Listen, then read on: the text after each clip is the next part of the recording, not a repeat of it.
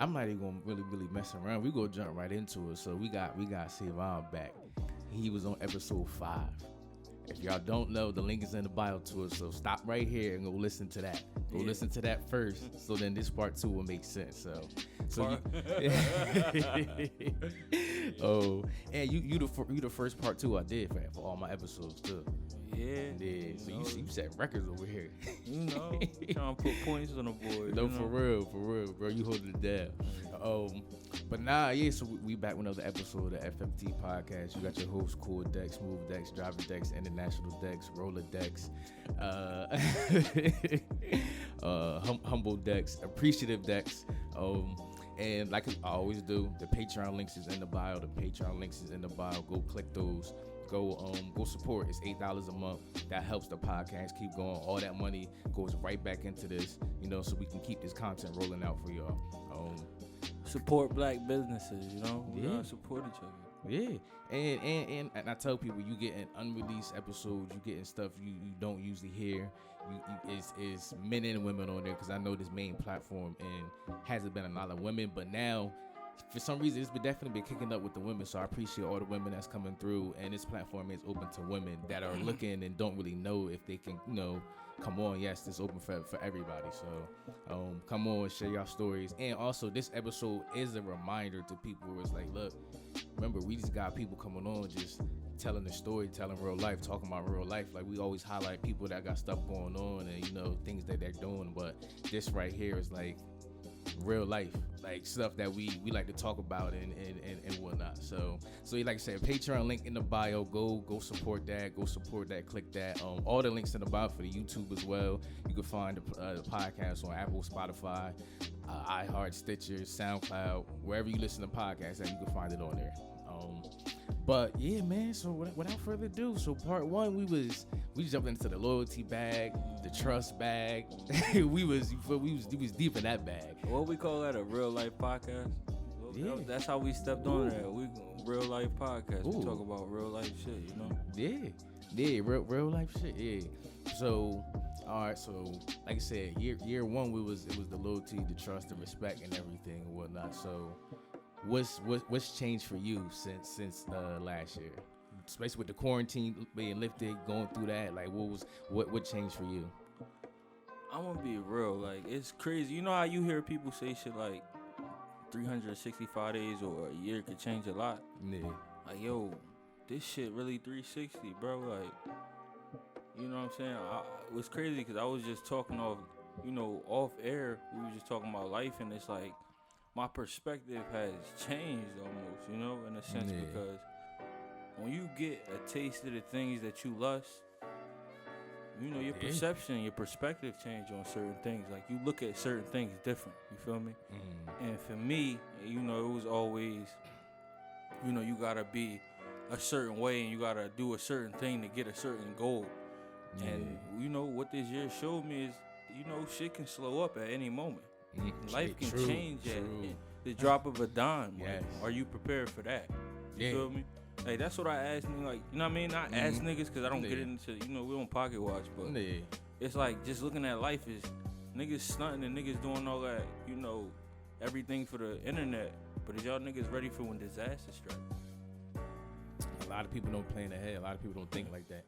Well, it's a statistic that say, like, I think, like, if you got over $1,500 in your savings account or something like that, $3,000 or something like that in your business, somewhere in between that. Yeah.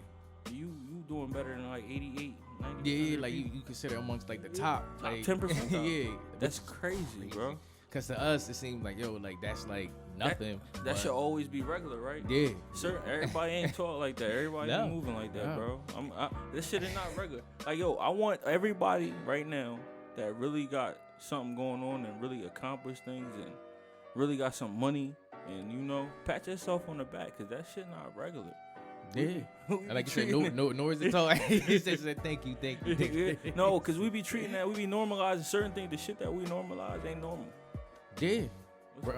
Bro, and to piggyback off that, like you said, it's not normal, but like I said, nor we taught that. So now I feel like we are in the era and the time and the space where it's like these things are being taught, so it's no excuse. Facts. You got the internet. Yeah. Like, niggas that ask you a question, this would be like, yo, I caught myself the other day. My man had text me something. He always texting me. We be texting every day, just sending information, regular shit. And I caught myself about to ask him a question about something he sent me. I'm like, bro, you got Google right here. Why are you about to go ask somebody about some information that you can verify on your own? What am I going to ask? I'm not asking because for real, I'm not saying that my man wouldn't have because I don't believe that. Yeah. You feel me? I think that he's a stand-up guy. He would have gave me the real answer, but I want to go search it myself. I need to know myself, so don't spit me. Now, once you spit me something, bro, I'm going to look it up to verify what you was talking about. As you should. Yeah, as you should. 100%. You ever talk to somebody and they give you some shit and they say some shit that you already know and they done spent this shit 1,000 ways and you be sitting there like, nigga.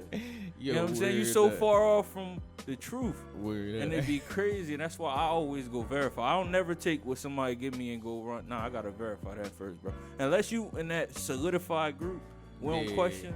I'm going to verify that, bro. 100%. As you should, bro. As you should. Hey, and then that's why I say, like, for you, so it seemed like over the years, like, yo, you starting to look at things different.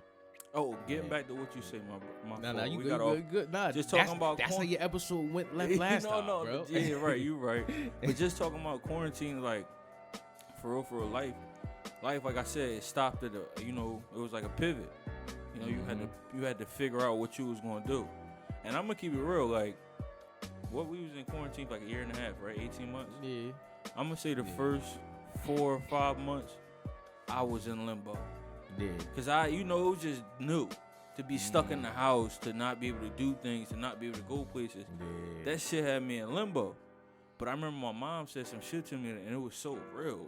You feel me? She was like, if you ain't pick up nothing from this quarantine, then you ain't never gonna really achieve or do nothing. Cause all this gave you time to work on your craft. Whatever you like to do, whatever your hobby is, whatever you into, this gave you the time to be able to do those things and lock in, because you can't go nowhere. All the distractions is cut out. Yeah. So if you ain't learned nothing in quarantine, when all of the distractions was cut out, you never really gonna be established out here when it's a million things going on, and you trying to really put your foot down somewhere. You never gonna be able to really tunnel in and have that vision. You feel me, to go straight ahead, because you always gonna be off sidetracked by something going on that really don't matter. You feel me? I think Nip said it best. Is like, you got where you at and where you trying to be, and you got all the shit in the middle. Yeah. That ain't gonna matter when you get to where you trying to go. You feel me? But as long as you stay, the progress, and you stay on track, you know what I mean? And like I said, with the quarantine, if you practiced and worked on your craft or whatever it was, I don't care if it was stocks, whatever you do, clothes you write, whatever it is, if you put your foot down on that and took that year and put your foot in it and really grind it, it's gonna show. How you deal with the in the middle stuff, like being in the middle, being stuck in the middle, getting out of the middle, like how you get out of that? Because a lot of people, like you said, are in that and they don't know how to pivot out of that. You talking about like the limbo? You talking about So I'm gonna keep it. A lot of people don't speak on that because we all get caught. You doing what you're doing. Sometimes it gets stalled and you go through a little. You have little things that you go through in the midst of that. And in that limbo, you gotta, me and my man, we got this thing that we do. We go back to the basics. Like when it's everything going crazy and all the distractions seem like they getting in, you gotta go back to the basics. Now, my thing is like, it's weird. I get up, I'll clean my crib. That's the first thing I'll do. I'll get up at 6 in the morning, my regular, I clean the crib. I don't talk to nobody, I don't call nobody. I clean the crib because it gives me this kind of like this vibe, and it gives me a time to think, and it gives me, you know what I'm saying? It's weird, but nah, that's what we think. Yeah, that's but whatever it is, we go back to the basics. Now I'm going back to the gym. I'm doing all the things I know that are in my daily routine that I was off from, to get back to what I know is important. You feel me? And that usually puts me back on track. You feel what I'm saying? And I encourage anybody, you got to get back to what you know, get back to the person you know, so you can figure out, all right, because we look at these spots like they brick walls. Like, niggas think they crash. You ain't crash, bro.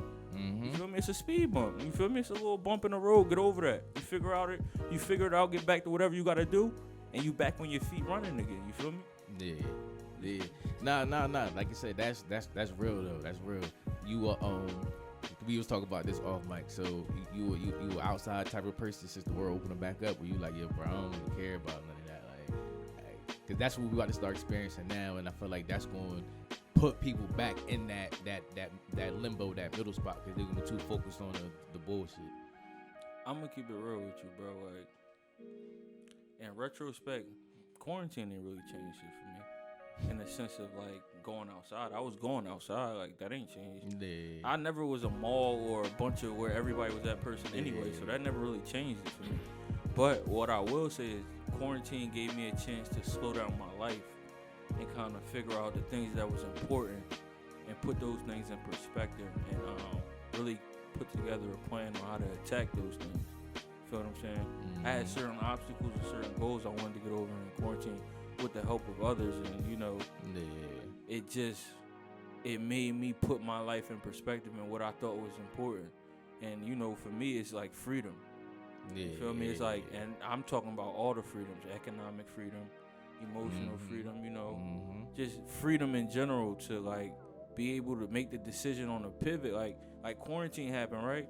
If something happened and somebody say something emergency happened, I don't want to have to figure it, my job and you know, whoever. I want to be able to get up. I'm gonna figure this out, whether it be having the financial fortitude to be able to do it, or it's just having the mental fortitude to be able to stand up and the emotional stability to be able to let everybody stand on your back while you holding on what's going on and figuring it out. Like, people pray for shit, but what do you pray for? You feel me? That's what do you pray for? Do you pray for like understanding? Do you pray for stability? Do you pray to stay afloat? What do you pray for? You feel me? Because those things come back. Yeah, like you got me what thinking. You talking like? What you praying for? You got me thinking. Word up. Nah, for real. That's deep, bro. Nah, for real. Like think about that when you going through what you going through, like, because sometimes whatever you pray for is right on the other side of what you going through. And like we were saying earlier, it's right, like you said, right over that hump. But it's like sometimes it's like when we know we about to like cross to that next level, like we'll sabotage our own selves. Yep, every time. Like, we just said, I was just telling you off the mic, yo, you'll be right in the middle. You done work so hard to get to where you at. You done establish yourself a little bit, and it's like you right in the middle because you can implode and go back, right, and feel like you can start and build something else. But in retrospect, you so far in and you done built something and established something so far, you literally starting a whole nother 20, 50 steps behind because you decided to quit. When if you decide to keep pushing and you keep pushing it, you know, like I said, you praying and whatever your faith is, we ain't gonna just put it to praying. Whatever your faith is, you believing in that and you working with that every day, even when it's coming up short some days. It's gonna figure itself out, and when it do figure itself out, because it will, because the people who don't quit, it always figure itself out, and you figure it out, and you get to where you're going, and you be like, damn, if I'd have quit, like, you know what I'm saying, like, you know what I'm saying, how many people though have hit goals and checked off things in their life where they was literally at the door, and you know you was about to quit, and then as soon as you decided that you was gonna push your way through, right on the other side of that is where your blessing came. We always stop right. Look, I didn't stop. No, and not just me, including myself. I took trial and trial. Bro, I'm a man, right? Like boys, I feel like we learn harder. Like females, they bump their head maybe once or twice. Some of them harder than others. They learn. You know, it's always a special segment to some people. But for the most part. For the most part, men, we got to bump our heads 20, 30 times to figure out, nigga, stop going that way. It ain't it. What they say when they was like, when they say, it's a fire over there, don't go over there, and we still go. Real rap. It's like, I don't care who over there. Like, you feel what I'm saying? I got to see for myself. I'm going to go. And if that's what type of dude you is, because we going to keep it real. We going to cut it short. It ain't too many people out here moving like that. Like, nah. You know, everybody, you know, you get caught up in this, what people portraying. Bro, everybody ain't stepping like that. Cause for real, I'm gonna keep it real.